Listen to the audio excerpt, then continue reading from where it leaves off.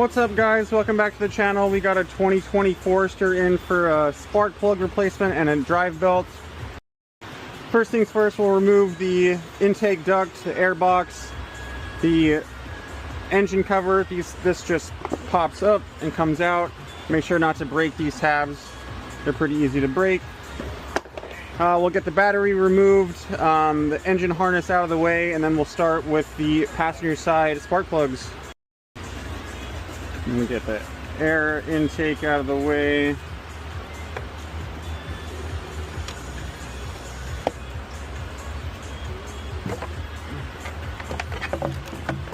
Be careful not to remove that. If you want to take this off, just remove that clamp and get it out of the way. Otherwise it can just stay right there. And we'll get the air box out of the way.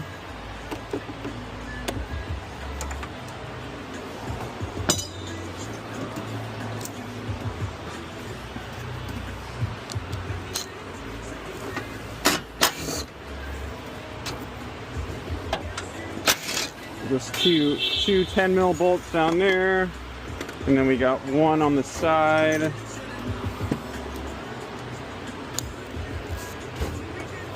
One nut right here.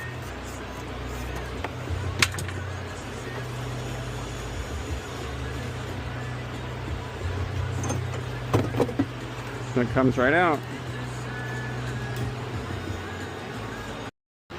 We also want to start with getting the battery out of the way.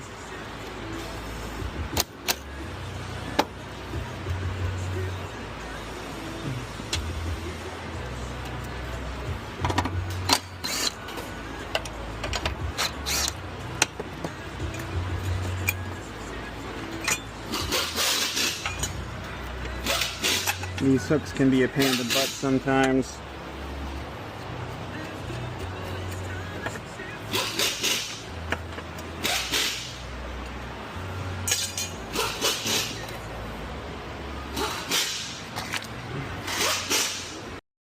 And starting with the passenger side, just a 10mm socket on a 1/4 inch works best. Just crack these free.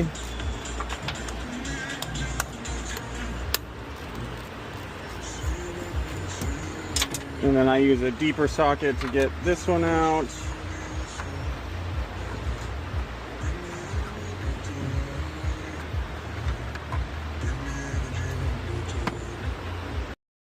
And with both of those bolts out, I just remove the coil packs and let them dangle.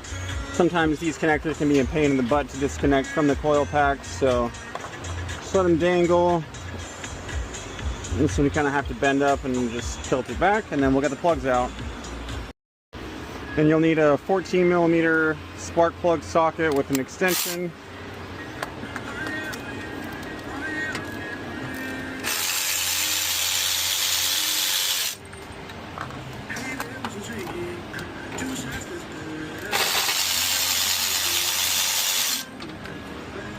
And I just use a pocket screwdriver with a magnet to fish them out.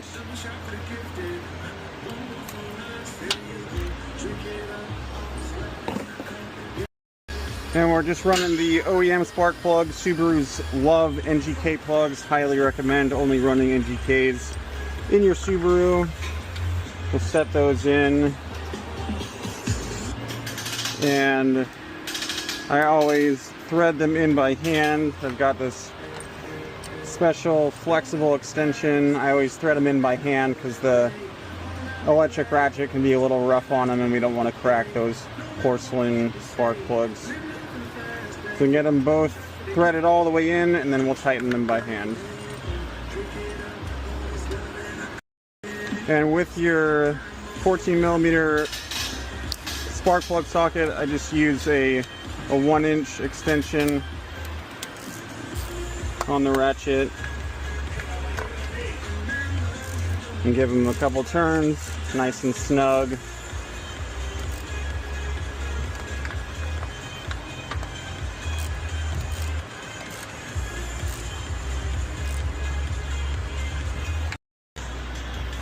And we'll get our coil packs back in,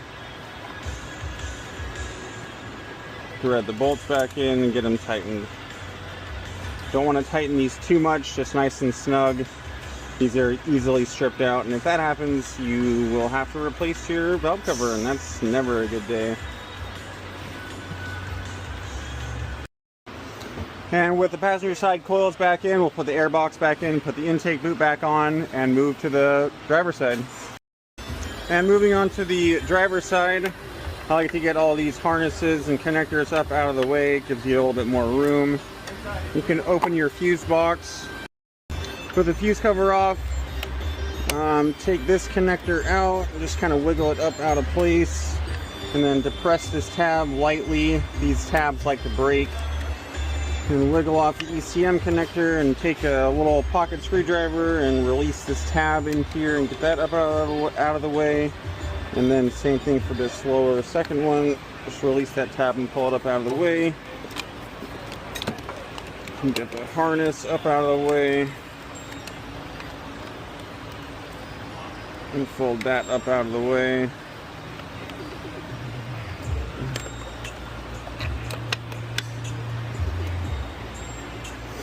And then this AC line, you can remove it from this little securing point right there, and then one in the back, and just lightly bend it up out of the way. Don't want to put too much pressure on that and break the line.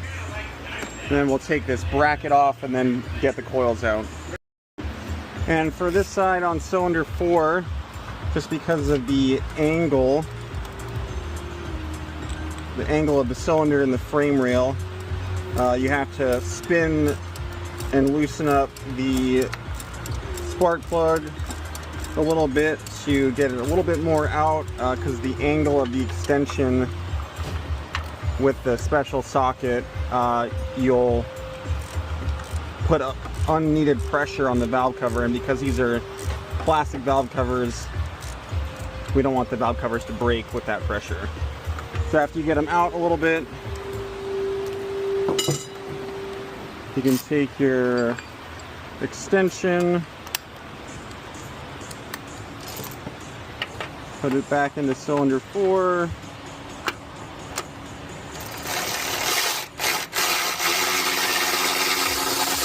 and zap the plug the rest of the way out. And set the spark plugs in the tubes. And then take your flexible extension. This one is from Koken. Very, very quality and handy brand of tools. Not a sponsor yet. I would love to be sponsored by Koken. Maybe one day. Get these threaded all the way in by hand, and then we'll tighten them with our ratchet. And when putting the coil pack in for cylinder 4, it can be kind of tricky. Just kind of guide the tube of the coil pack in and then just kind of slip it down. When removing that coil pack, you kind of have to bend it up out of the way and then get the next one in, and then we'll get the bolts in and tightened, and then we'll get our bracket back in. And with the AC line back in its position, we'll secure the wire harness. Just slips in. And it goes in there.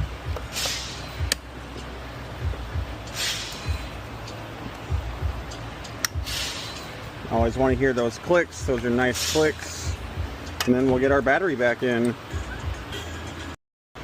And anytime you're removing or installing a battery, unless you're replacing your battery, I always like to leave the battery sensor. If you have a car with these battery sensors, this clamp right here, they tend to bend over time if they're taken off and removed a lot of times.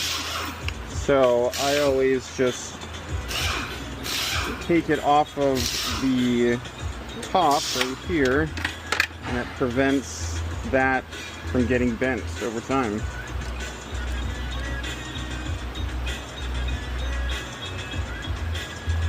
And don't forget to plug in your battery sensor, because that will cause a check engine light if you don't plug that in. And next is our drive belt. And when doing your drive belt, you'll need a 17mm socket. You'll put it right here on the drive belt tensioner. You'll pull it to the side and slip it off here and let the tension go. If it's your first time doing a drive belt, it's a good idea to take a picture of the way that the drive belts are routed. We got our new OEM Subaru belts. Nowhere in the service manual does it actually say if the drive belts are directional, but I always like to have the letters facing me. That's just a personal preference. But there's no official literature stating if the drive belt is directional. And slip it around the water pump down below. Make sure your grooves are all lined up. And then slip it around your alternator first. Can be kind of tricky, but make sure it stays around your crank. And then take your wrench and slide it around here. Sometimes new belts can be kind of tight. Slip it on and slowly release your tension. And then make sure that all the ribs are lined up correctly. If one of your ribs are off, it'll chew through your brand new belt, and you don't want that to happen. And just like that, your drive belt's replaced. And before putting your engine cover back on, I always like to start the engine, make sure the drive belt's operating correctly in its right spot, no grooves are off, and we'll do that right now. And with our engine running, drive belts are good. No misfires from the new spark plugs, everything's good to go. We'll take it for a test drive. And also don't forget to put your engine cover back on. The best way to line these up is to align your two nubs with the rubber grommets right here. Don't push them in, but then lift up a little bit and then slide these two into place and then click the grommets in and you're good to go. Thanks for watching, guys.